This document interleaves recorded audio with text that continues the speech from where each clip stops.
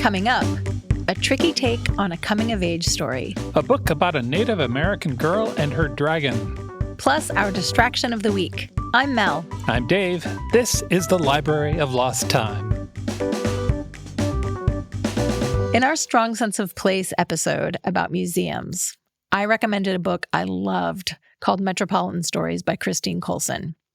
She worked at the Met in New York for more than 25 years, so she knows that place inside out.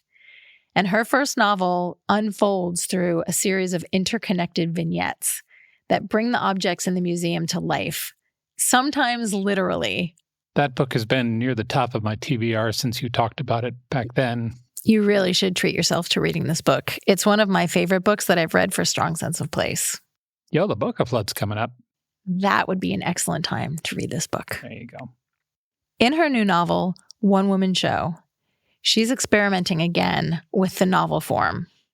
You know the little placards next to the works of art in a museum? Yeah, sure. I know them because every time we go to a museum, we read every single one of them.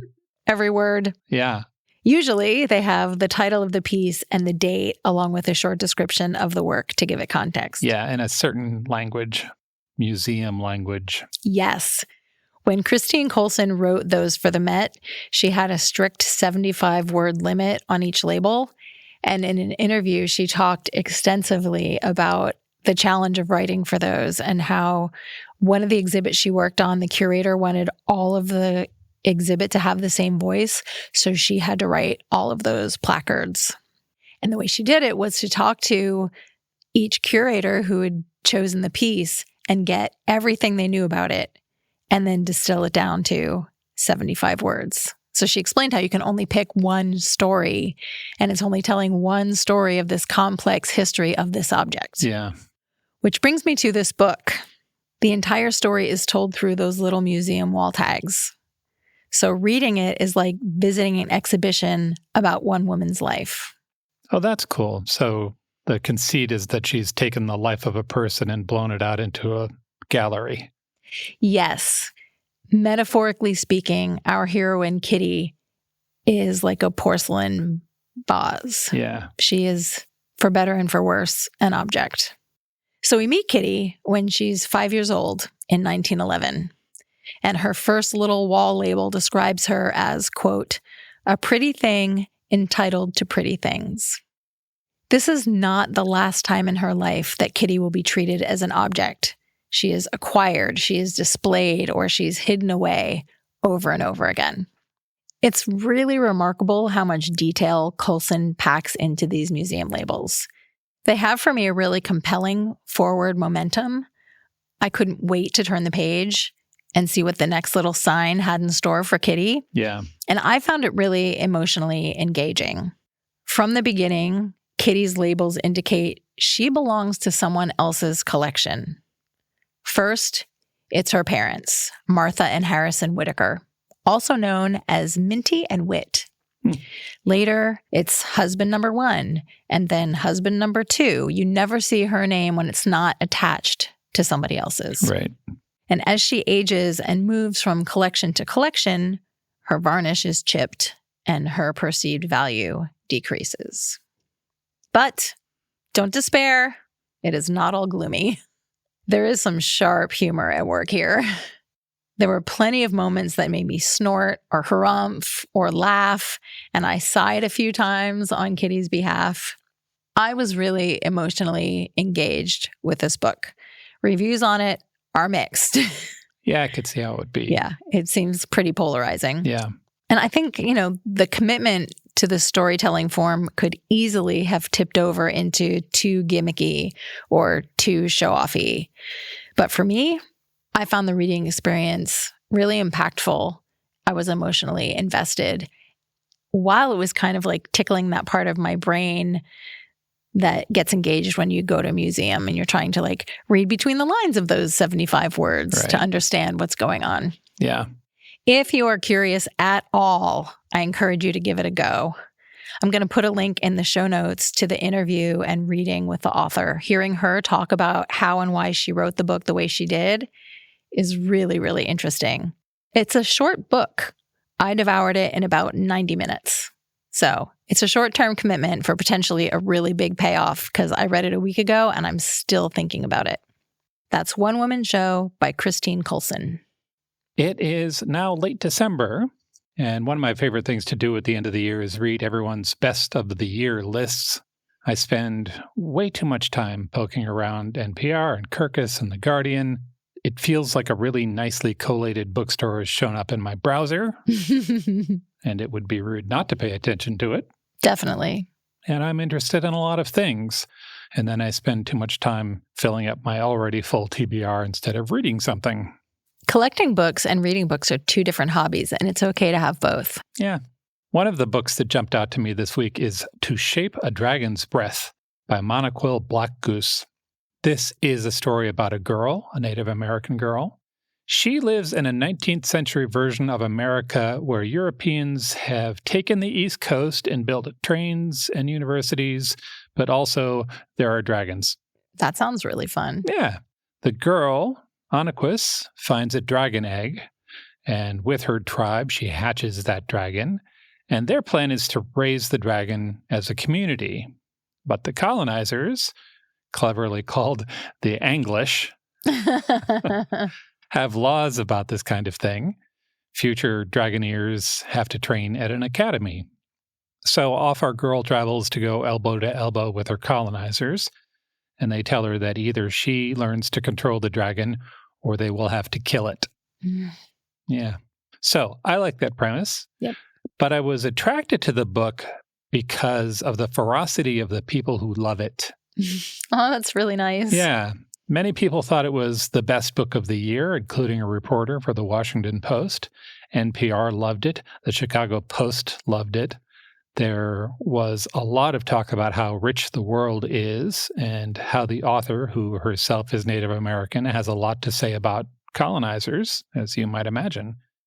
Some people thought it was preachy and a bit long, but if this sounds like your thing, or you know someone who's of a good age for a bit of mischief with dragons and colonizers, this might be the right book. It's To Shape a Dragon's Breath by Moniquill Blackgoose.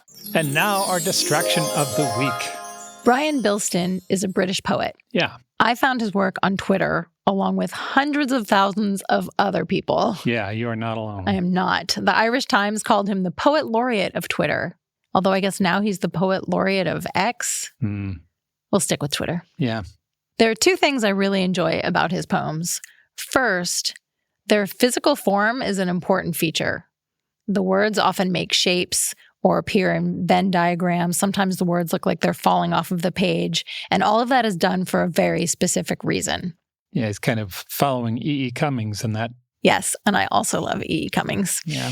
The poems work when you read them out loud as well, but there's that added layer when you see them on the page. Yeah.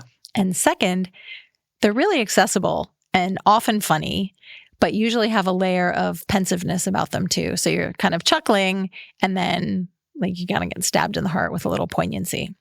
I have all of his books on my Kindle, including one called Days Like These, which has a poem for every day of the year. My intent is to read one of those poems every morning in 2024 instead of looking at Twitter. Oh, that's a nice Even idea. though he is the poet laureate of Twitter, Sure. I'm going to put Twitter aside and read his book instead. Yeah. Just in time for Christmas, he released a collection of 51 holiday poems called And So This Is Christmas. It includes a poem about Yola Bokaflood, a collection of haikus about Christmas songs, and one poem called The Office Christmas Party, which is as humorously grim as you would think. This is a fun book to dip in and out of, and it would make a great gift for people who love Christmas and also for people who don't. Walking both sides of the aisle there. He is. On Twitter this week, he shared a poem that's not in the collection, but I think it should be. It's called The Christmas To-Do List. In his introduction, he wrote, "There's always so much to do at this time of year, but what can really help is to write a well-defined to-do list of what you might realistically achieve in your day. Here's my list." Now, as a celebration of having way too much to do this weekend, Dave will read us the poem. Yeah, so here it is. Here's Christmas to-do list. Delay, defer, equivocate, make some tea, procrastinate, look at phone, stroke the cat, readjust the thermostat. Dawdle, dither, hem and haw, eat mince pie, chew my jaw. Write a card, spin on chair, play 6 games of solitaire. Take a break, make a brew, review my list of things to do. Eat mince pie, paper scrunch, stroke the cat, have some lunch. Prioritize new tasks to shirk, more cups of tea and less housework. Look at phone, spin on chair, eat mince pie, loiter, stare. Consider shopping, have quick doze. Rest mince pie on bridge of nose. Stroke the cat, take a break. Write a card, eat some cake. Spin phone, mince cat, stroke tea, wallow. Write to-do list for tomorrow. So good. Isn't that nice? I would like to hang out and talk with you guys some more, but there is a plate of cookies calling my name from the kitchen, and I need to go check that out. But before we go, a very happy holiday to you. May all of your books be excellent. May your tea be exactly the right temperature. And may you never get a tummy ache from eating too many cookies. Visit strongsenseofplace.com/library for more on the books we talked about today and more info about the poet Brian Bilston. Thanks for joining us in the Library of Lost Time. Remember to visit your local library and your independent bookstore to lose some time yourself. Stay curious. We'll talk to you soon.